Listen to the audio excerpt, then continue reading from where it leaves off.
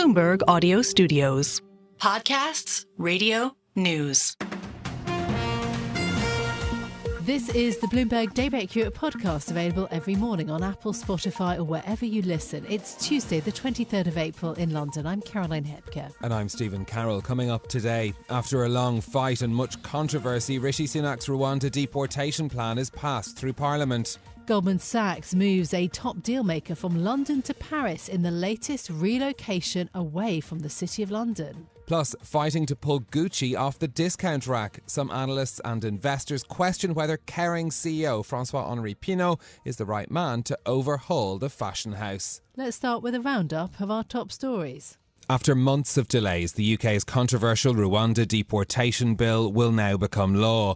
Following weeks of legislative back and forth between MPs and the House of Lords, the upper house backed down last night, allowing Rishi Sunak's plan to send failed asylum seekers to the African country to pass through Parliament.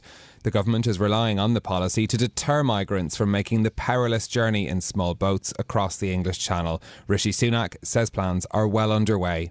We've put an airfield on standby, booked commercial charter planes for specific slots, and we have 500 highly trained individuals ready to escort illegal migrants all the way to Rwanda, with 300 more trained in the coming weeks.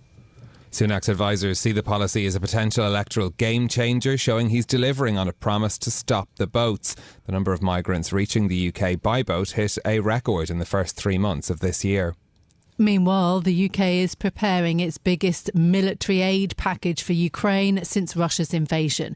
The Prime Minister says that long-range missiles, boats and armoured vehicles totalling £500 million will be sent to Kyiv. The news comes as President Biden promised his administration would move quickly to distribute more weapons after the Senate votes on an aid package this week. Retired US Army Brigadier General Mark Kimmett says the assistance will help slow Russia's progress. It will allow Ukraine to defend the front lines for this fighting season.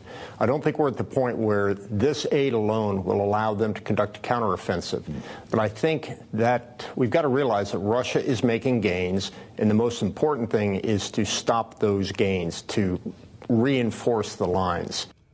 Mark Kimmett speaking there. Ukrainian President Volodymyr Zelensky says the package will really strengthen the armed forces of Ukraine. A key Goldman Sachs executive has moved from London to Paris in the latest sign of finance's Brexit exodus. The head of dealmaking for EMEA financial institutions, Dirk Lievens, has told Bloomberg he intends to double the size of the team in France. Chris Pitt has the story. Financial deal-making is heating up in Europe, and the UK is not necessarily invited.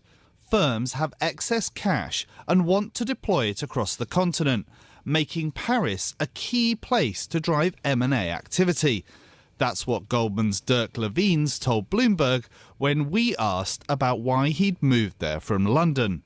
He added, there is a Brexit component, but it's not the main driver. It's the latest exit of a senior investment banker from the city in the wake of Britain's decision to leave the European Union. In London, Chris Pitt, Bloomberg Radio.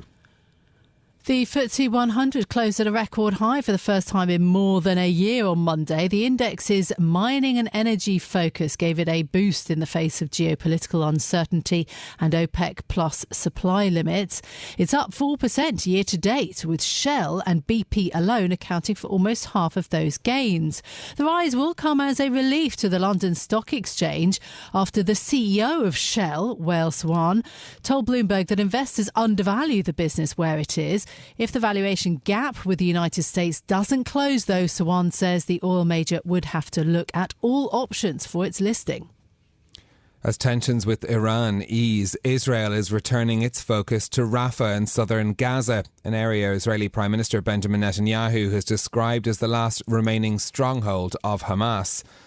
More than 1 million people have been sheltering in the small city after fleeing their homes since the start of Israel's offensive in October. Speaking on Sunday, Netanyahu indicated he's about to send troops into Rafah. We will land additional and painful blows on it, and it will happen soon. In the coming days, we will increase the military and political pressure on Hamas, because this is the only way to free our hostages and achieve our victory. Netanyahu's comments were followed by airstrikes on Rafah overnight into Monday. Israeli military officials estimate that up to 8,000 Hamas fighters are holed up in the city. The US and other allies have strongly urged Israel not to invade Rafah amid fears that it would likely worsen the humanitarian crisis in Gaza. Pro-Palestinian protests are spreading across some of America's most prestigious universities, including Harvard, MIT and Yale. It comes in the wake of a decision by Columbia University to call in the police to arrest hundreds of students for trespassing. The move was intended to clear pro-Palestinian demonstrators who want the school to exit all investments that benefit Israel's government. But the crackdown appears to have had the opposite effect. Speaking yesterday, President Biden also weighed in on the protests. I condemn the anti-Semitic protests. That's why I've set up a program to deal with that. I also condemn those who don't understand what's going on with the Palestinians.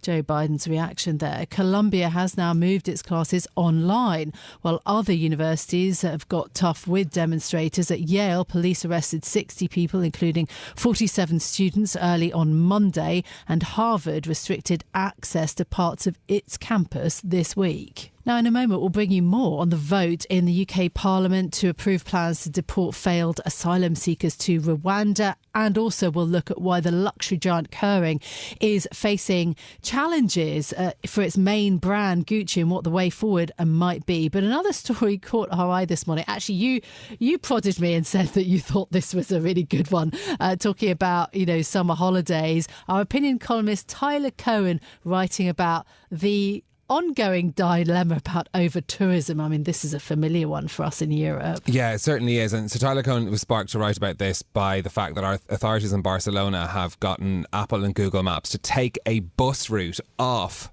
their apps to basically mean that tourists won't know it's there and thus won't overcrowd a route that locals use as well. Now, he says that oftentimes in the arguments you hear much louder from those cities that want to try and reduce over-tourism, and he's putting the tourist case forward. And he's essentially saying, make them pay for it. Make the dilemma that you should do something like, he uses the example of the higher prices for bullet trains in Japan for tourists. He says that's the way to do it. Essentially, when a tourist experience costs more, tourists themselves can decide whether or not they think it's worth it. Yeah, the bus route, of course, is one of the most fabulous in Barcelona, right? It goes to Antoni Gaudi's park in Barcelona. So I think in some ways it's going to make the tourists walk further. I have an issue with making all tourists pay more to see those things which are kind of global heritage sites. But I do get that Cohen says, if you up the price, then you reduce the tourism and it also benefits the locals if you reuse that money, let's say, to build affordable housing, etc. in your city. Exactly, and that's sort of part of his argument. He essentially comes to the conclusion that actually having too many tourists is not as big a problem as having too few for a lot of places as well. Anyway, worth your time to read on the Terminal this morning and of course on Bloomberg.com as well. OK, let's get to then Rishi Sunak's controversial deportation bill to send failed asylum seekers to Africa. Well, it is becoming law after the House of Lords dropped its opposition to the government's plan that was first announced 2 years ago. The Prime Minister said in a news conference on Monday that the first flights would take off in 10 to 12 weeks. Joining us now to discuss our UK politics reporter James Wilcock. Good morning. Firstly, just what happened last night? It was set to be this sort of huge battle between the Lords and the Commons. I mean, Caroline, it was. I mean, you say they dropped their opposition. That is technically correct. But, I mean, the better way to put this is Rishi Sunak strong-armed the Lords into accepting this. I mean, not to take you back to the 1900s and the Parliament Act, but the Lords effectively say, our job is to critique. We can't block forever a bill. And the government basically said, we're just going to keep passing this until you all go home. And they went back and forth 5 times. The heart of the Lords' objection is, how do you independently and in future assure that Rwanda is safe? Because the bill basically says Rwanda is safe. That makes the Supreme Court's ruling last year that Rwanda was not safe invalid, and therefore flights can start straight away. And the Lords went, but how are you showing that, and how will you show that in future? Now, I want to read from the person who was putting that to the Conservative Party, who was leading that amendment, Lord David Anderson, who is a crossbench independent peer. So at the end of this, he said, the purpose of ping pong, where this goes back and forth between the chambers, is to persuade the government through force of argument to come to the table and compromise. They have refused to do so. So they did back down. They did drop their opposition, but basically they did that because parliamentary convention states they can't hold up an elected chamber, not because their objections have been dealt with. James, why has this become such an important issue for the Prime Minister? I think three answers, Stephen. One is the net migration numbers from 2022 at a record of 745,000 put the issue back on the table. The second is Rishi Sunak himself has chosen this issue in an election year and has given it that weight. I mean, he did the press conference yesterday. He has multiple times chosen to put this issue at the spotlight and in the centre of attention. And thirdly, it's his own party, many of which have driven Brexit through at intense personal and political cost, of which a key message of that 2016 referendum was to get migration down. And this is where it gets messy, because a lot of the messaging around that referendum and by Tory MPs is around net migration. Stop the boats from Rwanda is specifically about illegal migration. However, that kind of strength of feeling from MPs and the Prime Minister is what has driven this issue back to the top of agenda, driven as well by that data. Yeah, exactly. The data sort of undermining the kind of argument that the government's made progress. I mean, will it deter boat crossings? Again, much debate on that. That is an impossible question to answer, Caroline, because we simply don't know. I mean, look, I will get you a letter from 2022 that the head of the Home Office Civil Service wrote to Priti Patel at the time saying, we cannot, because we have zero estimates of how this policy will deter migrants, give it a good enough value for money. So he basically has to write a letter saying we don't think this is value for money because we can't prove it. And that's what Labour keep using as the attack line. They call it an expensive gimmick. To use the Migration Observatory stats briefly, they say, look, we have a few hundred people sent every year, if the UK government's figures are to be taken at face value. And if you take the numbers of people currently crossing the boats, you've got about a 1 to 2% chance if you cross illegally of being sent to Rwanda. Will that 1 to 2% chance, if flights do start taking off in 12 weeks, Rishi Sunak says, deter people? That is the question. Whether it will is, at this point, hard to say. But what I will say is, as and when it does start, the public will start to make a judgment on if it has. And then Rishi Sunak's policy will have to face the question of if it has succeeded or failed. And that is weeks away. OK, James Wilcock, our UK politics reporter. Thank you. After Kering's shocking profit warning in the first quarter, some investors are questioning whether CEO François-Henri Pinault is the right man to overhaul this brand at a critical juncture. Gucci is undergoing a designer transition with Sabato de Sarno's quiet luxury push, but the corporate governance issues also at stake. Joining us now to discuss today's big take is Bloomberg's Caroline Conan in Paris. Great to have you on the programme this morning. You know, talking about Kering, good morning. I mean, unlike LVMH and Hermes, Kering's share price has lost about a third of its value since the pandemic. And so one could ask, what has gone wrong with the brand? So, one issue is that Kering has been over-reliant on Gucci. The brand Gucci represents 2/3 of profitability, whereas if you compare to Louis Vuitton, for example, it only represents about half of LVMH profitability. So Kering also has only 13 brands, whereas LVMH has a more diverse portfolio, 75 brands, so they can also be more resistant when you have some downturns, for example, in China. And that is a problem with Gucci as well. Gucci is very exposed to China and less to the US, so they cannot really benefit from the rebound of US demand as much as rivals. But there's something more that you can read in this big take, is that Gucci is actually suffering from a declining desirability. So they fell to number 12 in what we call the list index, which tracks brands according to online searches and on social media. So they have a new designer, Sabato de Sarno, who comes from Valentino, presented his first collection in Milan last September, but it's hard to tell yet whether his style of quiet luxury, which is very different from his predecessor, Alessandro Michele, who was very colorful, will actually work out. And his level of fame, of course, is pretty far from the former legendary Gucci designer Tom Ford in the early 2000s. Caroline, central to Kering's future, of course, is the CEO, François-Henri Pinault, a fascinating figure, but some investors and company executives are pointing the finger at him for the problems at Kering.